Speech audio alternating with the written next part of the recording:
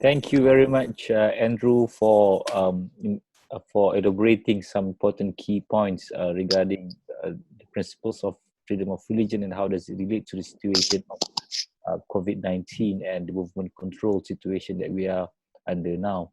Okay, without putting into any points of discussions, which as I will put that later during the Q&A sessions, I will just straight away invite Prof. Shad Salim Faruqi to share his insights. Are you ready, Prof. Shad? Yes, I'm ready. Yeah. Thank you very much. Thank you much. Assalamu alaikum warahmatullah. Thank you so much, Hassan. It's my privilege to be part of the IRF webinar with Andrew Koo, someone who has been a tireless human rights campaigner for the last 2 decades and more. I also wish to convey to all your listeners the blessings of this holy month of Ramadan Kareem. Now, I'm in full agreement with IRF and with Andrew that though this crisis is very grim, governments around the world must comply with some human rights standards and rule of law requirements. Religion is one of the most potent forces of human civilization. Religion satisfies our innermost needs and reflects our deepest yearnings. After listening to Andrew, I would add, actually in some respects, religious services may well be akin to health facilities, because health is not only about infections and fever and unable to breathe. Mental health, emotional health, psychological health, spiritual health. So I'm entirely in agreement that we need to work out middle paths. And I think these middle paths will best be worked out if there is discussion before decision, which sadly we did not have because of the politics of the situation. Anyway, I would like to reiterate that more than in times of peace and prosperity, we need the spiritual, psychological, emotional, and social support that religion can supply in times of vulnerability such as these. I think most of us will agree that religion, all religions, religion gives hope in despair, light in darkness, strength in weakness, and is even an antidote to depression. I'm reminded of the Holy Quran, Surah 2, Ayah 285, that Allah does not impose on a soul a burden it cannot bear. Now, as a student of constitutional law, I also acknowledge something that Andrew pointed out, that freedom of religion is actually a compendium of many rights, including the freedom to profess, to practice, to propagate, to assemble, to march. And these rights are obviously severely, but sadly unavoidably being curtailed, though how far they should be curtailed, what balance to be achieved, I think very correctly it has been pointed out by Andrew that we need further discussion on these points. Now, in addition to the restrictions that we are facing under the law, there is also this despicable practice of, in many countries, of scapegoating religion and persecuting and demonizing of religious and cultural minorities. I'm afraid countries like India, Australia, the USA, and some parts of Europe are guilty of these. Some political and religious extremists in these countries are exploiting the COVID-19 tragedy to foment hatred against racial and religious minorities. Now, this denigration, not only this denigrates this kind of stereotyping and demonization, denigrates not only the perpetrators, but also the faith that they supposedly represent. Now, having administered this admonition on behalf of the faithful, that we need a balance between the might of the state and the rights of the citizens. I must, however, add that all citizens, and especially all religious leaders, have a duty in these testing times to cooperate with the public authorities to curb this pandemic, to take all necessary health precautions to avoid harming ourselves, and more importantly, avoid harming others.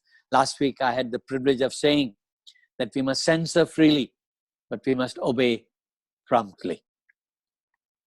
Now, religion may sometimes, and I'm administering a caution, it may sometimes lead people to ignore health risks by putting things in the hands of God, when actually our own efforts could well mitigate these dangers.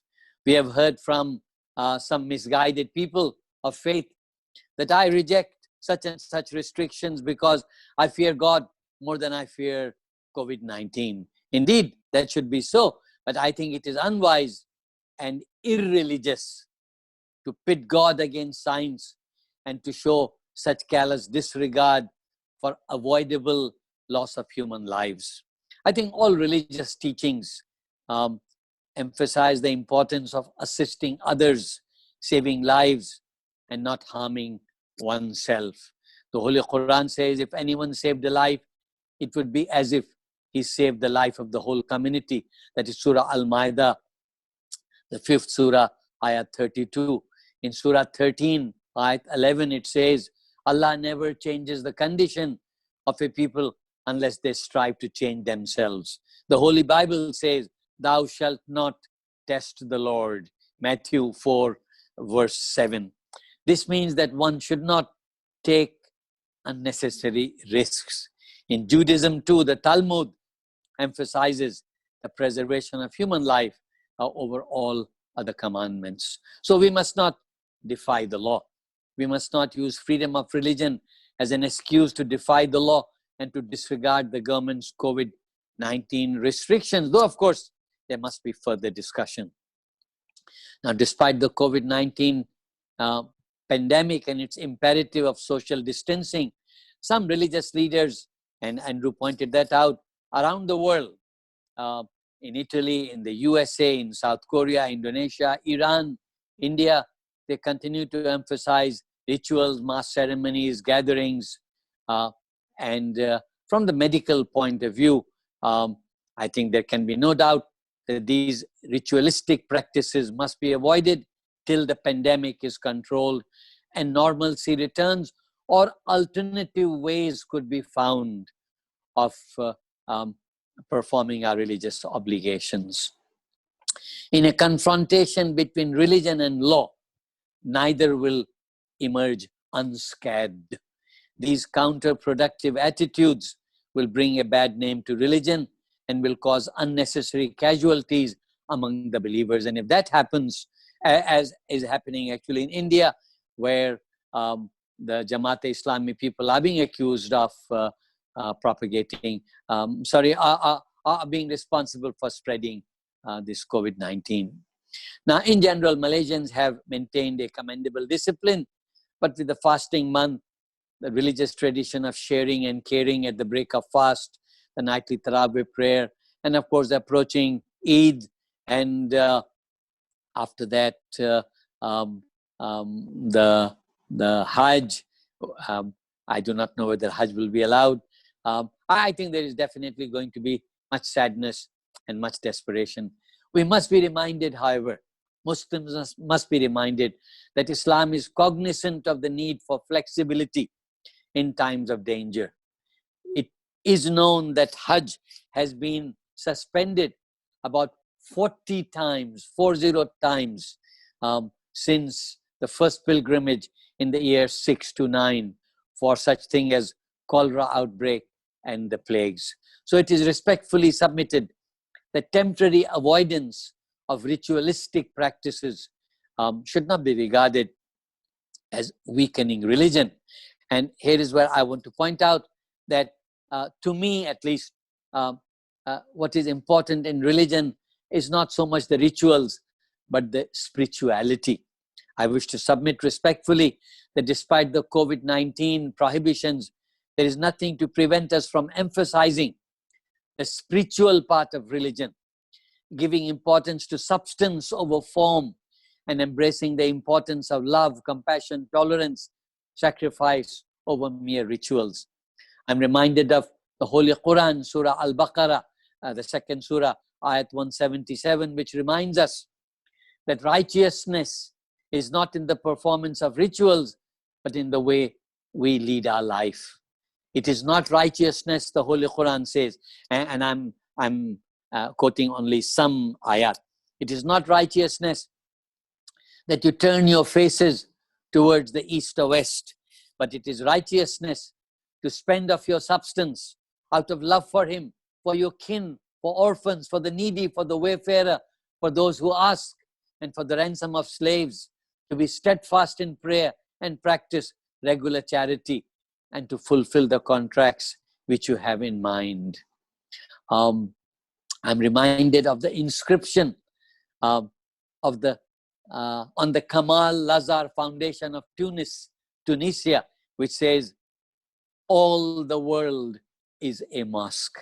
I'm reminded that in Islam, there is no clergy and no mediators between man and God. We can, in all places, in and outside the mosque, establish a connection with the divine. Any place on earth can be a mosque, and prayer is wherever there is the presence of God. Faith is a matter of the heart rather than an enclosed space.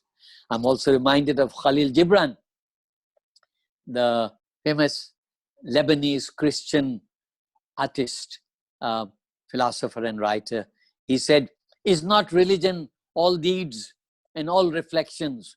Who can separate his faith from his actions or his belief from his occupation? Make people lose faith in some of the teachings of the religious authorities. So I think we need a reasoned response from the citizens and from the ecclesiastical authorities. Religious leaders must adapt to a worldview in which science and religion can go hand in hand. They must reinterpret their articles of faith. They must avoid resistance to civil authority. They must avoid fomenting religious intolerance and scapegoating of minorities, disbelievers, etc., as is happening in India. Religious leaders of all persuasions must come together over COVID-19 and support government efforts to control the coronavirus. But of course, there must be discussion before decision. Religious leaders must reanalyze religious practices or rituals and see how they could be adapted to meet the response of COVID-19. Religious leaders must take to the media, email and radio to conduct daily prayers and worship, mobilize individual volunteers to serve the elderly and those at risk, collaborate on charitable initiatives, and many of them are indeed doing it, and serve as a reinforcement mechanism of government messaging.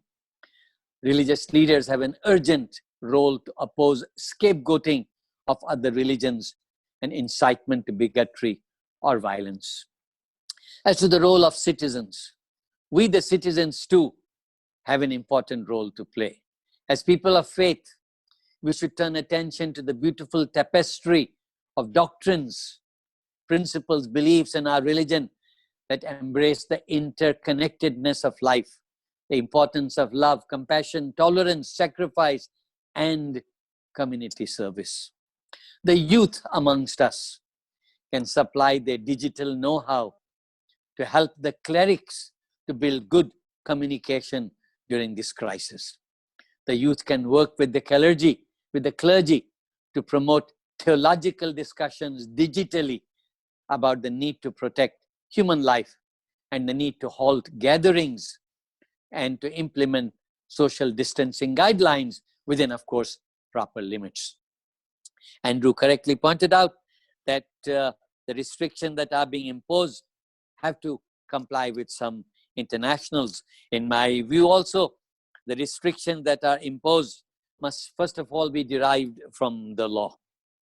They must be connected to the restrictions allowed by our constitution. The restrictions are public order, public health, and morality. The restrictions must be imposed by authorized persons. They must be imposed in accordance with proper procedures. These restrictions must be proportionate. We have a beautiful decision from 2019, and of course, Andrew is very well familiar with it. He may have even played a part. The decision of Al-Manudo Atenza, that parliamentary restrictions on fundamental rights must be proportionate. And Andrew correctly pointed out, and these restrictions imposed by law must be non-discriminatory. Where must the line be drawn between the need to express our deepest instincts and the need for health health requirements to be observed? I think the best way would be for the government to sit down with not only official religious authorities, but also non-governmental organizations like IRF and other such organizations of all religions, and there should be a discussion before decision. The government must engage with theological leaders and religious organizations and must not ignore the factor of spirituality in its handling of the COVID-19 crisis. Involving religious organizations in mitigating this pandemic is important, because enlightened religious leaders can rebut fatalistic understanding of the COVID-19 crisis and explain to their community, to their flock, what must be done and what must be avoided from a theological perspective.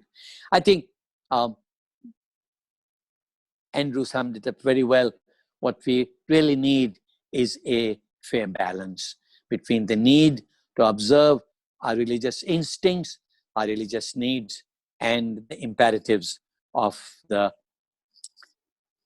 medical health crisis that we are facing. Thank you very much.